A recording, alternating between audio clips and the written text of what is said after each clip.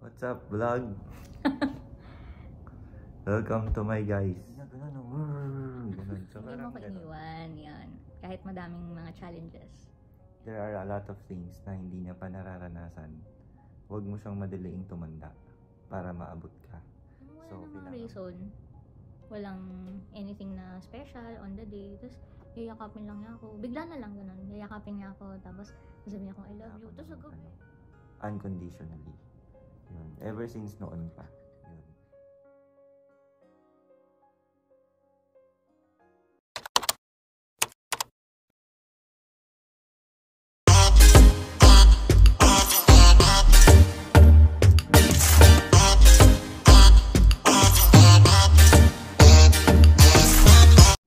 Masarap po ba ang buhay may asawa? Yan. Ano yan? The question, masarap ba? Definitely, yes. Yun. But, hindi siya madali. Yun. Kumbaga, ano siya masarap yung meron kang asawa, pero mahirap din siya. Pero, depende sa napangasawa mo, yun, hopefully, worth it yung hirap para dun sa saya na meron ka. Kasi kapag hindi, mas marami yung hirap kaysa dun sa saya, medyo hindi okay. Kaya mahalaga yung boyfriend-girlfriend relationship para somehow medyo matansya mo kung anong kahihinatnan mo pagka napangasawa mo tong taong to. Pero still, ang hindi natin alam doon is kapag kinasal na kayo, ganun pa rin ba? Or may magbabago ba? Kasi pag kinasal na kayo, marami ka pa talagang malalaman. Akala ko na mag-boyfriend-girlfriend kami, iniisip ko, ano pa bang malalaman ko tungkol kay Kim? Parang alam ko na lahat eh. Nung siya din, ganun din siguro tingin niya sa akin. Pero nung naging mag-asawa na kami, dami pa naming na sa isa't isa na natutunan about each other, lalo na pagka nagsolo na kayo, ganun, kayong dalawa na lang. Ganun, ang dami nyo pa palang pag-aawayan, ang dami nyo pang pagtatalunan, ganun, marami ka pang matututunan. So, you really have to work sa relationship ninyo para ma-fix yung mga ganun and magwagi yung love. But, it's not easy, yun. Pero kung sa masarap, yes. And, again, depende rin yun sa asawa mo. Ganun. Dahil alam naman natin, marami rin mag-asawa na hindi naging okay. Yun. So, ano pa isasagot ko dun? yun na. Ako yung sumagot ng tanong. Yun. Alam mo, Tina, kapag may relationship ka, diba? Parang masaya din, tapos minsan hindi rin masaya kasi may mga pag-aaway, ganon din yun. Pag nag-asawa ka nga lang, mas tumitindi yung mga bagay-bagay, parang mas masaya pa, pero mas mahirap din, parang ganon. So parang i-intensify mo lang pareho yung saya tsaka yung hirap.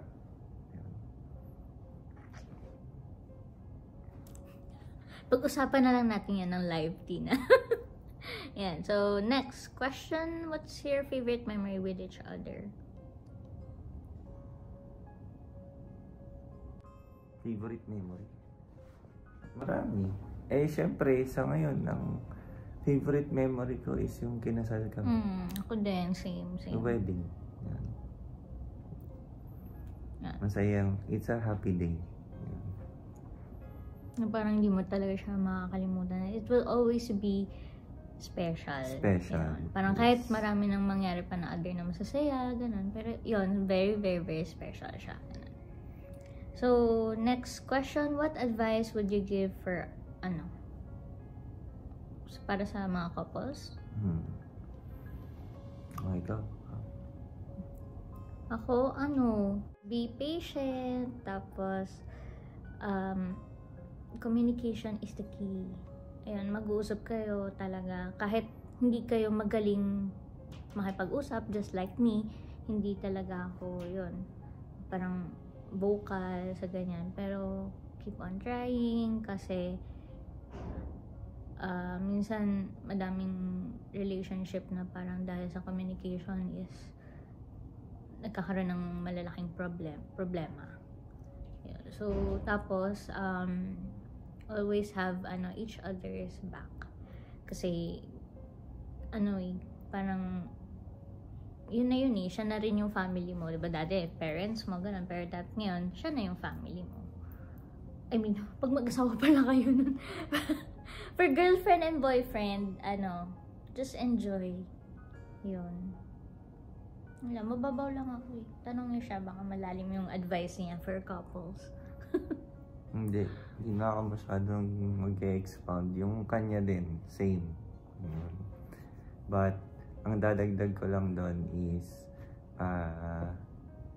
hindi ko alam kung religious kayo, pero make the Lord the center of your relationship. Yun. Kahit kami, minsan nakakalimutan na namin magdasal, nakakalimutan na namin yun, minsan si Lord. Kaya, paminsan-minsan talagang we try consciously na ibalik yun, nagpipray kami together. Kasi, in our busy world, talagang makakalimutan mo. Yun. Kaya, we are very far from being a perfect couple. So, yun pa pala isang advice. You just keep on working on your relationships every single day. Yan. Okay, next. Thank you, Tina. Thank you, Tina. Thank you. Ayan, so, tapos na pala kay Edison. Hindi pa. Okay. Next, si Edison. Number 1, sa akin daw. Things that Leandro does that makes you angry. Edison? Parang masaya na awayin mo siya sa vlog. Sabi niya. Wala, kailangan mo sagutin yan. Yan ang gustong malaman ni at Edison. Makes you angry kasi makes you angry. Pag masyado siyang matalino, pag nag-aaway kami, parang wala ka na masasabi. Parang nakakainis. Yan. Yun na lang yung akin. Yan ako maisip eh. For Andre, 5 things that you like about Miss Kim. 5 na ngayon. 5 kanina. 3 lang. Sino ba nagtanong ng 3? Sino ba? Hindi ko na maalala sino. Ano ba? O basta yun, 5. Mabilis lang. Sinabi ko kanina, di ba? 3 na yun. Mabait, mapagmahal, tsaka mahilig kumain. Pang-4, siya? Cute. Yun. Cute sa mga actions niya. Yun nga, yung medyo childish, gano'n. Tapos, siguro pang-5. Ito pala. Pang-5. Maganda. Siyempre, yun ang sexy! Sexy! Lalo na banda sa chan. May ab yan. Abs. Ab. Ab lang. Okay. Pangatlo, what is or are the perfect recipe for a long-lasting relationship for us both? Parang ganun din yun. Long-lasting relationship? Pagtrabahuhan nyo. Yung una talaga, yun nga, tong kay God. Tapos siguro love.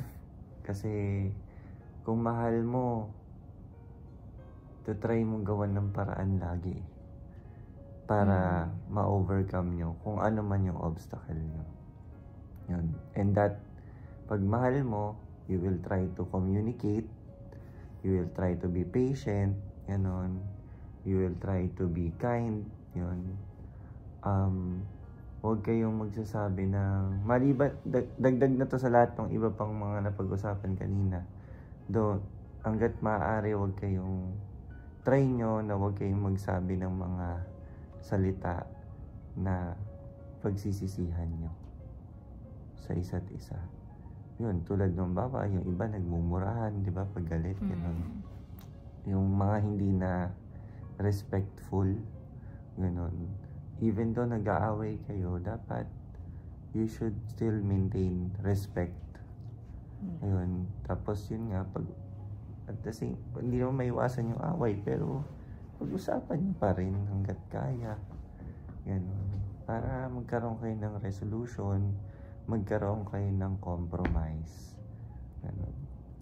Tapos, additional pa rin dun sa ibang mga sinabi kanina, paminsan-minsan, huwag niyong kakalimutan kung ano yung mga bagay kung bakit nagustuhan niyo o bakit mahal niyo yung boyfriend mo, girlfriend mo, o yung asawa mo. Ganun. Kasi minsan nafi-fixate na tayo dun sa negative nila. Nakakalimutan natin na meron pa nga pala may isang negative, pero yung 99 na positive sa kanya nakakalimutan na natin. Ganun. So, you keep on reminding yourself about it. And sa akin, lagi ko iniisip lang, parang sa daily life ng tao, what if this is the last day of your life? Diba? And kabaligtaran nun is, iniisip ko, what if this is the last day sa buhay nung asawa ko? What would I do? Magagalit pa ba ako sa kanya? Ganon, and all those things, diba? What would you do? And to think, life is never guaranteed. Hindi mo naman talaga alam kung bukas buhay pa yung asawa mo o hindi. Hindi mo naman, dami-dami nga dyan. Lumabas lang, nasagasaan, patay na. Lumabas, kinagat ang aso ni Ravis, patay. Diba? So, yun. Kaya, wag mong ite-take for granted yung mga moments that you have. Kung may mga pag-aaway kayo, be patient about it and talk about it. Hindi ko nasasagutin yun kasi sa totoo lang, para sa kami mga naiisip. Hindi lang ako masyado talaga magaling magsalita, pero I agree. And hindi kami perfect couple. Baka kasi isang araw, makita mo kami, nagbabasagan kami ng plato, tapos, kala ko ba sabi nyo? we try, but hindi rin sa lahat ng oras nagagawa namin tong mga sinasabi namin. Yun. Wala naman, perfect naman talaga. Yes. Yun. So, thank you, Edison. Hindi kami nag-away, Okay. For both, as married couple, anong naging difference ng relationship nyo? Sa girlfriend-boyfriend? Tama ba? Marami. Number 1, lalo na pag nakabukod na kayo, dami nyong dinidesisyonan. So, mas marami kayong pinag-aawayan. Nung nakakatira pa kami kanila mama, wala kaming masyadong dinidesisyonan. Ultimo pagkain namin, hindi na namin dinidesisyonan. Ngayon, araw-araw, ultimo pagkain, natanong, anong gusto mo pagkain? Ewan ko, ganun. So, ano gusto mo?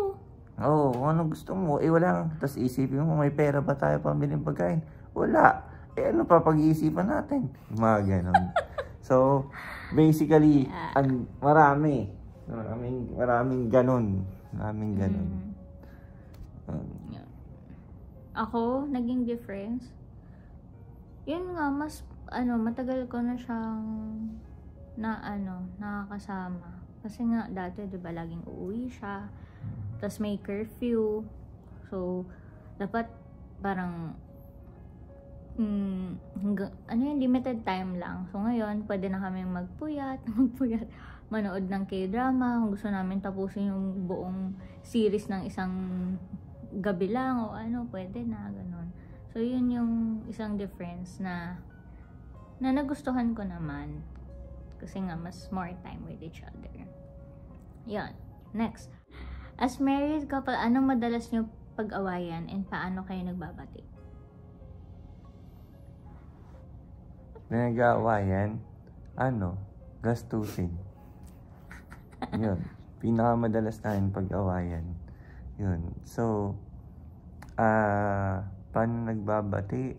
Wala. You just have to realize na acceptance. Ganun. Tapos, magbabati kayo. Yung kakalma ka lang din. Katulad na sinabi din namin kanina. Tapos, eventually, mag-uusap kayo. Tapos, magyayakapang kayo. Tapos, yun na. Basta Then, you have some kind of resolution.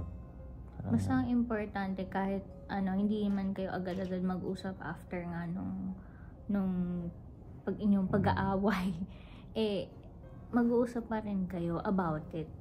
Para yun, malaman nyo, ganun, kung anong naging issue, and ano nang gagawin nyo. Ayun. Kasi kunyari sasabihin nyo lang, sige, okay na. Wala. Babalik yun. No? Parang ganun. Issue na lang siya ulit. Ulit lang yung issue. Yun. So next, minsan ba naisip nyo isoli ang asawa nyo kapag stress or nag-aaway kayo? Hindi naman. Isoli sa magulang. Ako hindi. Hindi. Yan. Parang naiisip mo ba yan? Oh my. May pinagdadaanan ka ba?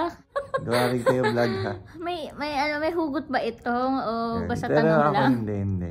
The answer is no. Ako rin, no. Parang madaming challenges, mahirap, pero hindi ko naisip I think life is better with her. Me too.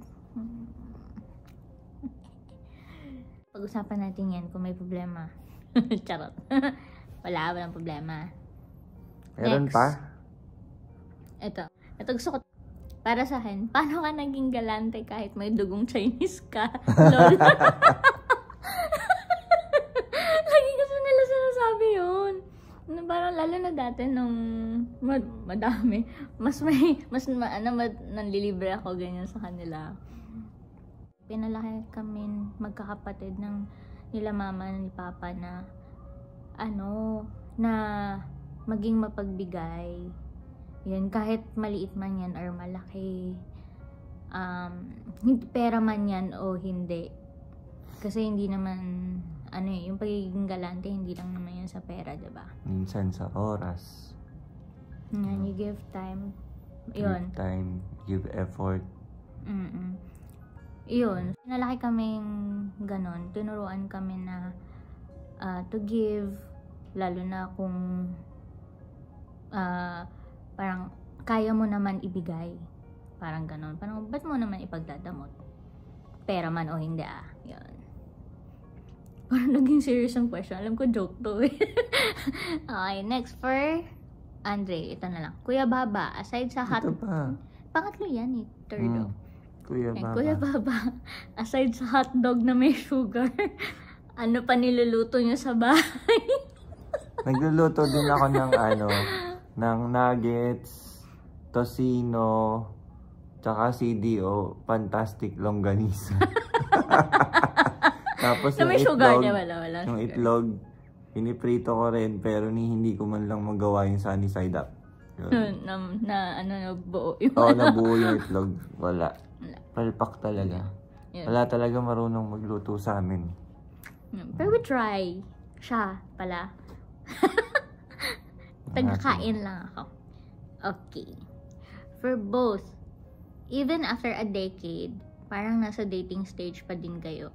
So sweet pa din sa isa't isa. What's the secret? I don't know. Parang ganito lang talaga kami. Yun. Hindi ko alam kung may factor yung wala pa kaming baby. Yun. Kasi feeling ko, pag may baby na, syempre, di ba, nakafocus, alam mo yan. Di ba, nakafocus na kayo dun sa baby. So, since hindi pa kami binibless ni Lord magkaroon ng baby, wala kaming choice, kundi yung isa't isa lang talaga pagtuunan namin ng pansin. Kami ang baby, isa't isa. Oo, siya yung baby ko, ako baby niya, ganun, wala. Totoo yun. But, Wala, hindi namin alam. Parang ganun lang talaga so far. Yun. Actually, wala namang secret. Pero, yun, tama yun. Simula naman dati, ganun naman kami. Pero, parang, sinasabi nga nila na parang, kahit matagal na kayo, parang don't forget na maging sweet pa rin sa isa't isa from time to time. Parang ganun. So, ayun. Yun. Okay. Gusto ko yung hotdog na may sugar. Okay, last na to. We're both lahat eh. Anong nagustuhan mo? Hindi pala. Anong nagustuhan mo kay Andre na hindi mo nakita sa ibang lalaki? Have you ever feel na magka-feeling sa ibawal kayo?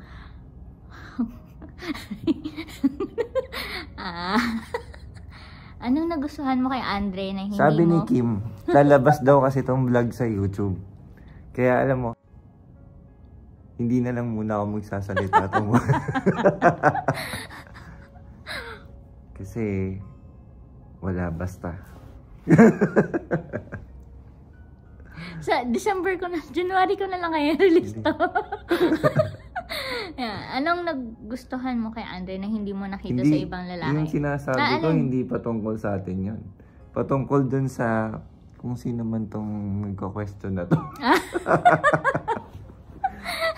Anyway. 9 minutes na lang, 1 oras na to. Sagutin mo na. Ano nga yung question? Ano nagustuhan mo kay Andre na hindi mo nakita sa ibang lalaki?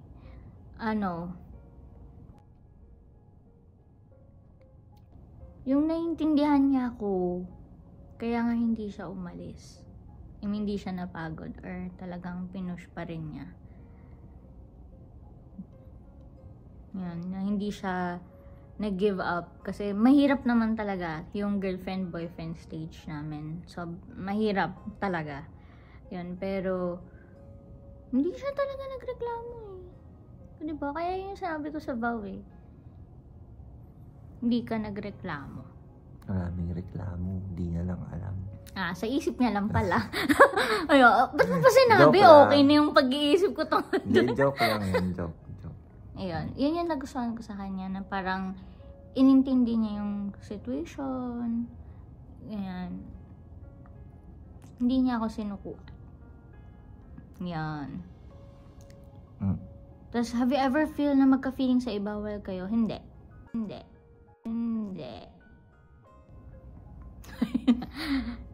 Direct answer yun na. Kailan kayo bubuo ng family like madaming kids? Kailan daw?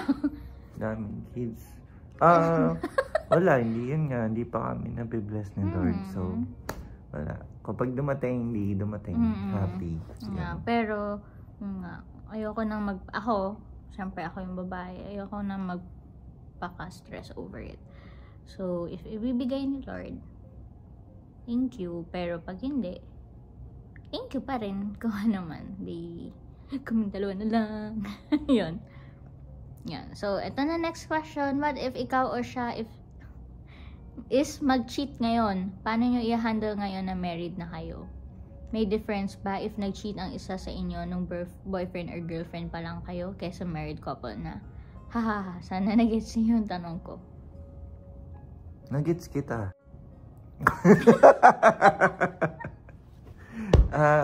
Yung tanong mo, ibig ko sabihin, nag-gets ko. Ayun. Ako, ikaw mag-cheat ngayon. Paano i-handle ngayon na married na kayo? Actually, I don't know. I can't answer kasi it's easy to answer nang wala dun sa situation. Pag nandun na kayo, hindi ko alam. Siguro, syempre yung feelings, yung emotions, nandun kasi. So, hindi ko sure. Ayoko magsalita ng ganito, tas biglang, ewan ko, kunyari, mangyari yun, iba pala. Parang ganon. Hindi ko alam.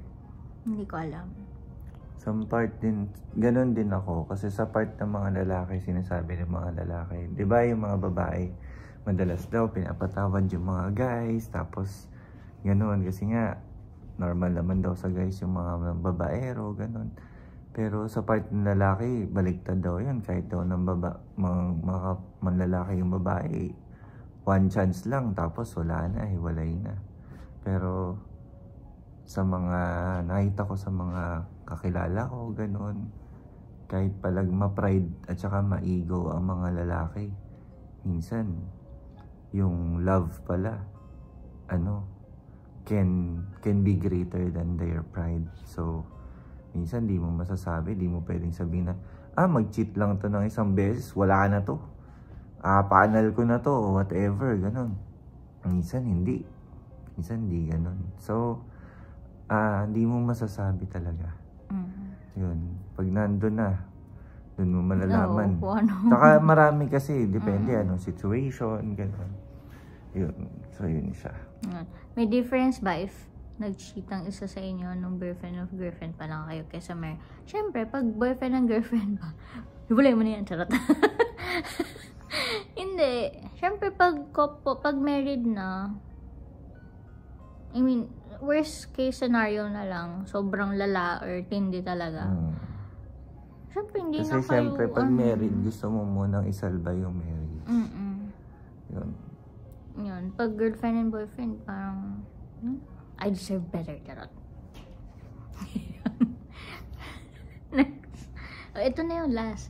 Have you ever been depressed or experiencing anxiety? If yes, how do you both handle this kind of situation? Depressed tsaka anxiety sa relationship o as in general, lahat, individual, bawa sa trabaho, sa buhay, sa family, ganon.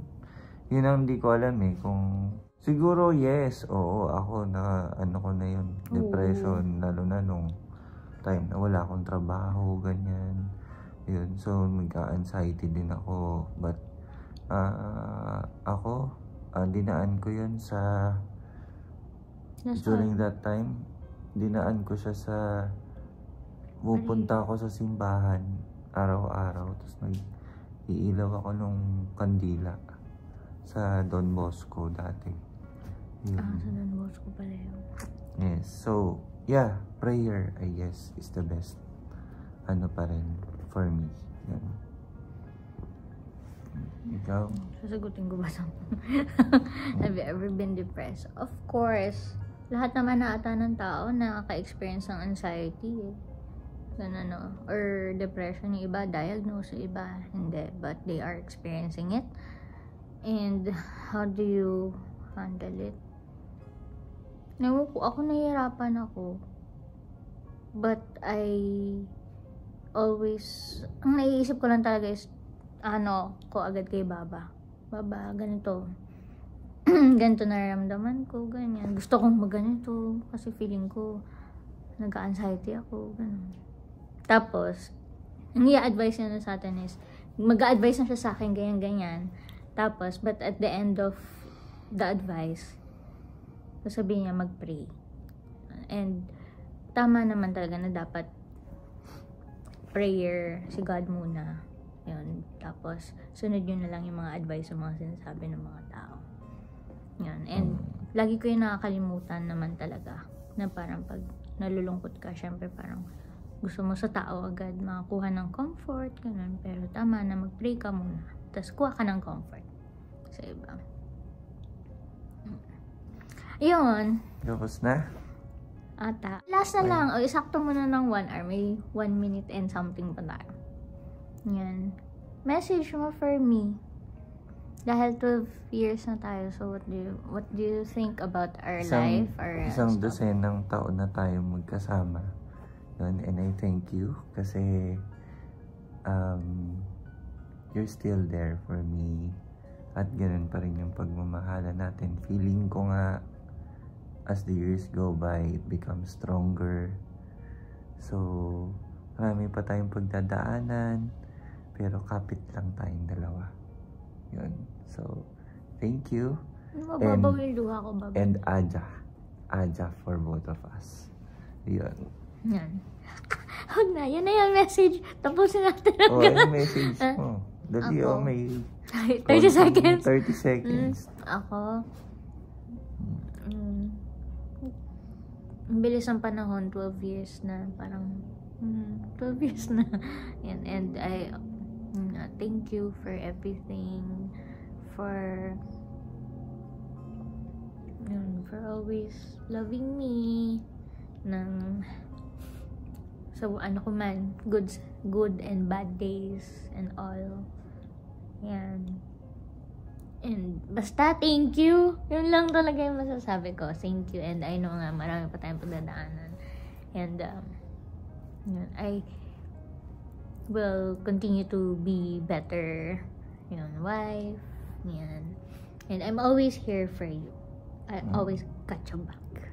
Yeah, I love me you. Too. Me too. Yeah! Happy anniversary! Happy anniversary. Bye. Picture tayo, picture.